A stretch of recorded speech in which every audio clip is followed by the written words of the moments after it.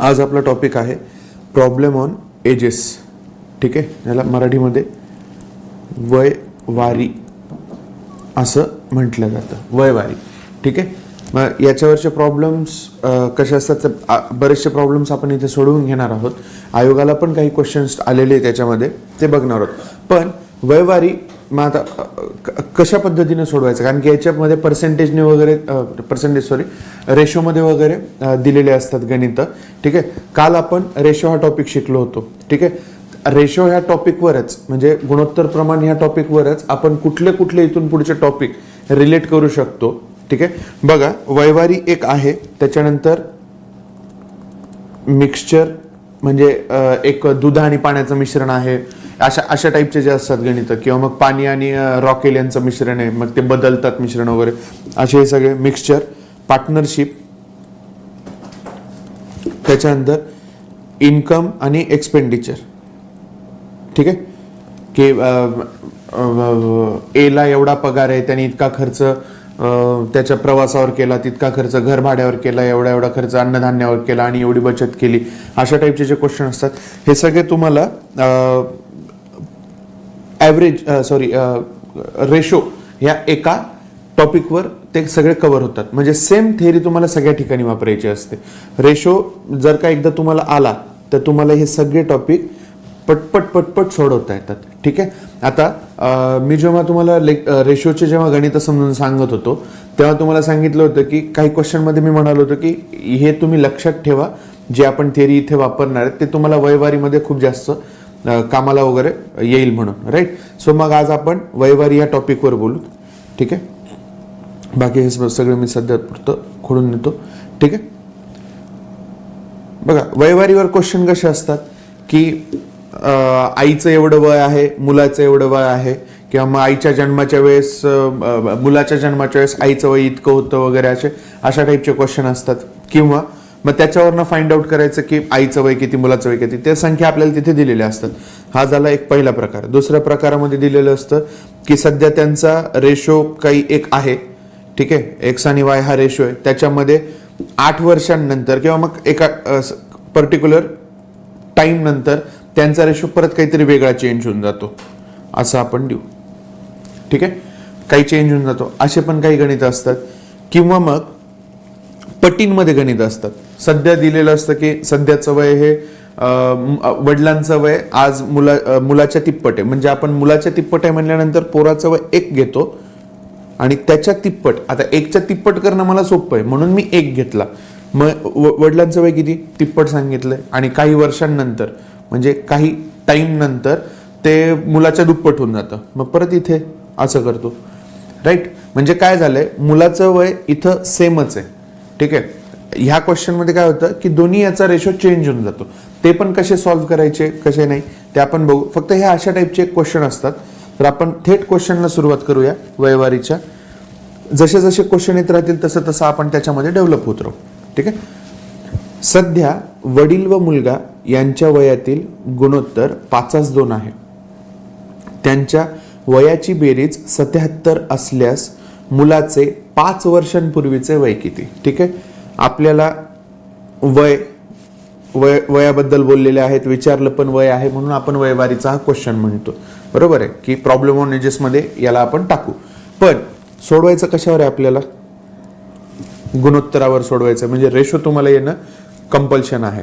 बरोबर आहे. मग आता मला सांगा, मी काय सांगितलं होतं तुम्हाला की इथं आपल्याला काय सांगितली, बेरीज कशाची, त्यांच्या वयांची. पण आपल्याला वयांची काय दिली आहेत, गुणोत्तर दिले, मग गुणोत्तराची बेरीज करू.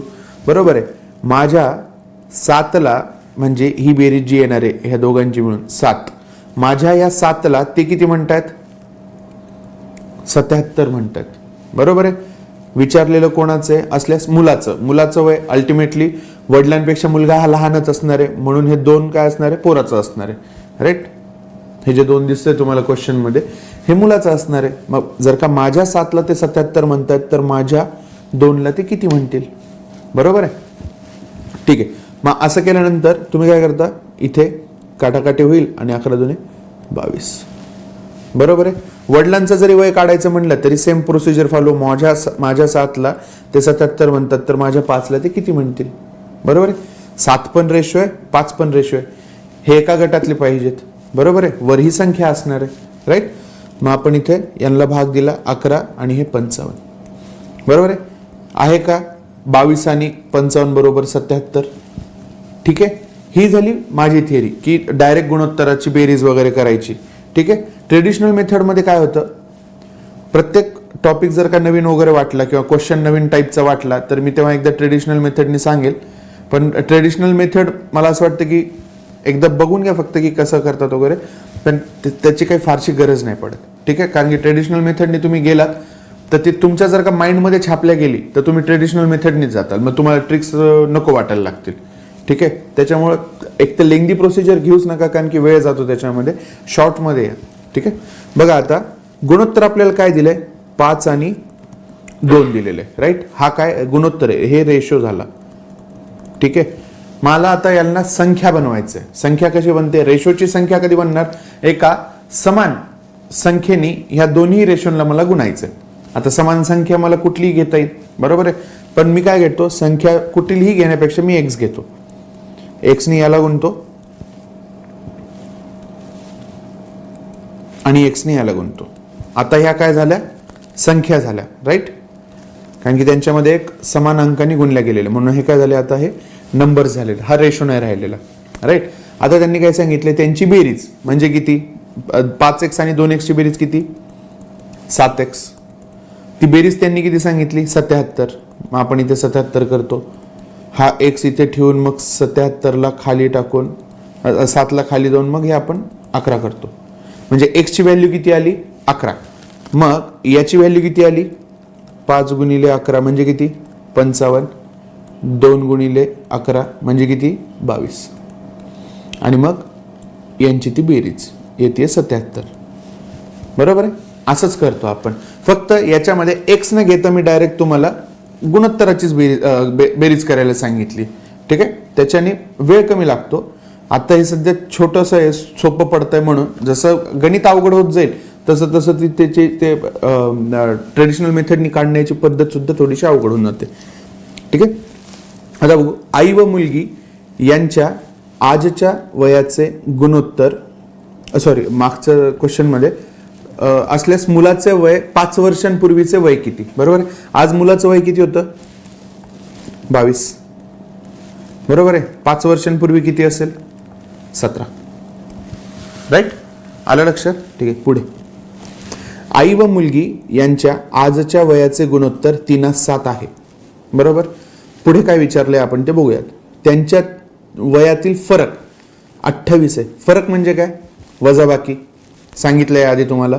28 वर्ष आहेत, तर आईचे 7 वर्षांनंतरचे वय किती. ठीक आहे. मला सांगा, 7 आणि 3 वजाबाकी किती येते यांची, 4.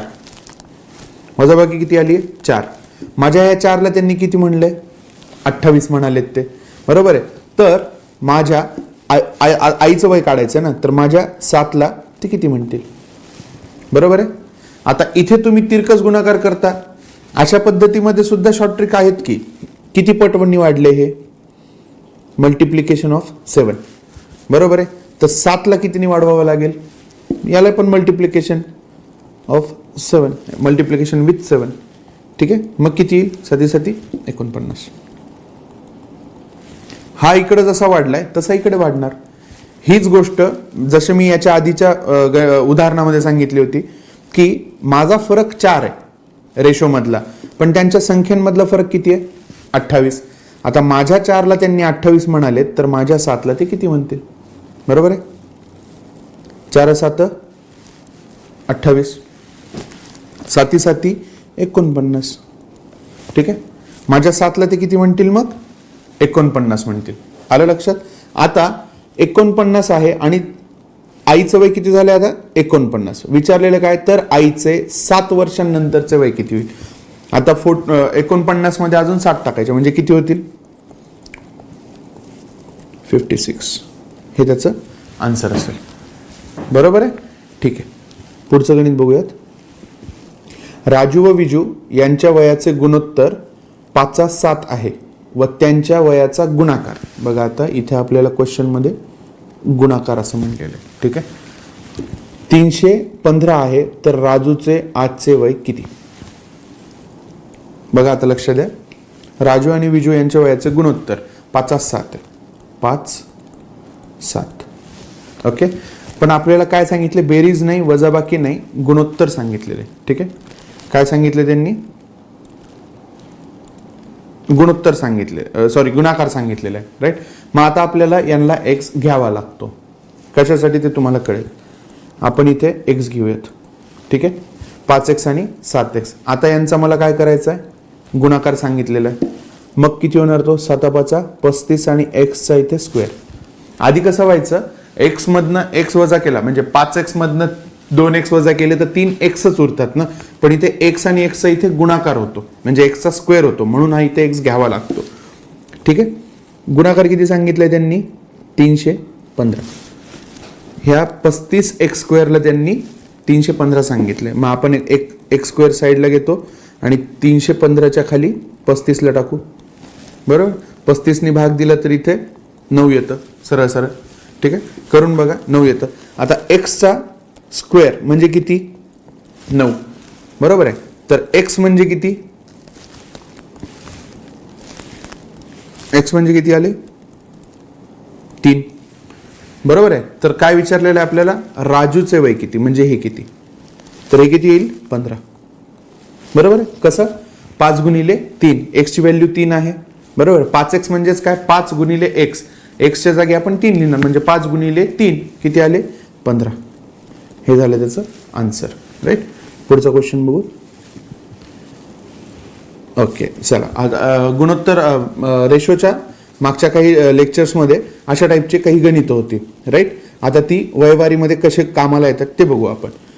राधा व रमा यांच्या आजच्या वयाचे गुणोत्तर 4:5 आहे. 8 वर्षांनंतर त्यांच्या वयाचे गुणोत्तर 5:6 होते, तर राधाचे आजचे वय किती? ठीक आहे, जेव्हा केव्हा तुम्हाला अशा टाईपची गणितं येतील, राईट, तेव्हा एक सिंपल फॉर्मॅट आहे, मी तो सांगतो तुम्हाला. राईट, फक्त एक काम करायचं, लिहिताना म्हणजे काही नाही, एक 5-6 आकड्यांमध्ये हे सगळं येऊन जातं. ट्रेडिशनल मेथडनी खूप वेळ लागतो याला, म्हणजे सांगायला सुद्धा मला ते जीवावर येतं की एवढा वेळ जाईल आपल्या त्याच्यामध्ये. म्हणजे जर का 15 मिनिटाचं लेक्चर असेल तर 15 मिनिटापेक्षाही जास्त मला ते फक्त ट्रेडिशनल मेथडनी लागतील समजून सांगायला. करायला तर 3-4 मिनिटं लागतात त्याला. राईट, आता बघा सोप्या पद्धतीने याला कसं करायचं. वर प्लसचं साईन द्या. ठीक आहे, इथं टुडेचं टी लिहू आपण आणि इथे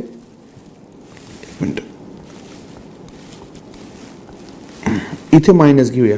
राईट, टुडेचं टी घेऊ आपण, टुडेचं. राईट, आणि इथे प्लस. म्हणजे याचा अर्थ काय? आजपेक्षा काही वर्ष मागे टुडे, आणि जर का मायनसकडे गेलो आपण तर आजपेक्षा काही वर्ष मागे, आणि टुडे पासून प्लसकडे गेलो तर आजपासून काही वर्ष पुढे, असा त्याचा अर्थ होईल. राईट, फक्त हा फॉर्मॅट लक्षात ठेवा. राईट, त्यांनी काय सांगितलं आता लक्षात घ्या. राधा व रमा यांच्या आजच्या वयाचे गुणोत्तर 4:5 आहे. आजच्या वयाचं गुणोत्तर किती आहे? 4:5. बरोबर, ठीक आहे. 8 वर्षांनंतर त्यांच्या वयाचे गुणोत्तर 5:6 होते, म्हणजे नंतर, म्हणजे कुठे जाणार? प्लसच्या साईडला लिहू आपण. किती लिहू आपण? 5:6 हे होतं. ठीक आहे, चला. मायनसवाला काही टेन्शनच नाही आहे, मग आपण याला नकोच, तुमच्या डोळ्यासमोर पण नको ठेवायला. जेव्हा तशा टाईपचे गणित येतील आपण तेव्हा ते घेऊ. राईट, आता बघा आज किती आहे त्यांचं वयाचं गुणोत्तर? 4:5.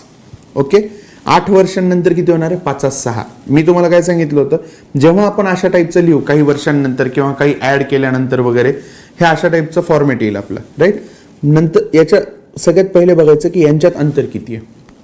ह्या 2 रेशोमध्ये अंतर किती आहे? 1. ह्या 2 रेशोमध्ये अंतर किती? 1. म्हणजे आपली जी कंडिशन असते पुढे जाण्याची ती सॅटिस्फाईड झाली. आपण आता बिंदासपणे पुढे जाऊ शकतो. ठीक आहे, आता मला सांगा की हा रेशो जो आहे कोणाचा आहे? हा रेशो राधाचा. ठीक आहे, मी राधाचं डी लिहितो फक्त इथे आणि रमाचं एम लिहितो. ओके, राधाचं वय 4 वरनं रेशो, वयाचा रेशो 4 वरनं 5 वर केव्हा गेलाय? किती वर्षांनंतर गेलाय? 8 वर्षांनंतर. रेशो 1 ने वाढलाय केव्हा? जेव्हा तिचं वय 8 वर्षांनी वाढलं. बरोबर आहे, 1 रेशो म्हणजे किती? 8 वर्ष. राईट, इकडे पण बघा रेशो 1 ने वाढलेला आहे. केव्हा? तिचं पण अल्टिमेटली 8च वर्षांनी 8च वर्षांनंतर मोजले गेले, बरोबर. म्हणजे रेशो 1 म्हणजे किती? 8. तर रेशो 2 म्हणजे किती असतील? 16. रेशो 3 म्हणजे 24. रेशो 4 म्हणजे 32. तर राधाचे आजचे वय किती? तर रेशो 4 म्हणजे किती? 32, बरोबर आहे. रेशो 1 म्हणजे 8, तर रेशो 4 म्हणजे 32. आलं लक्षात? धन्यवाद.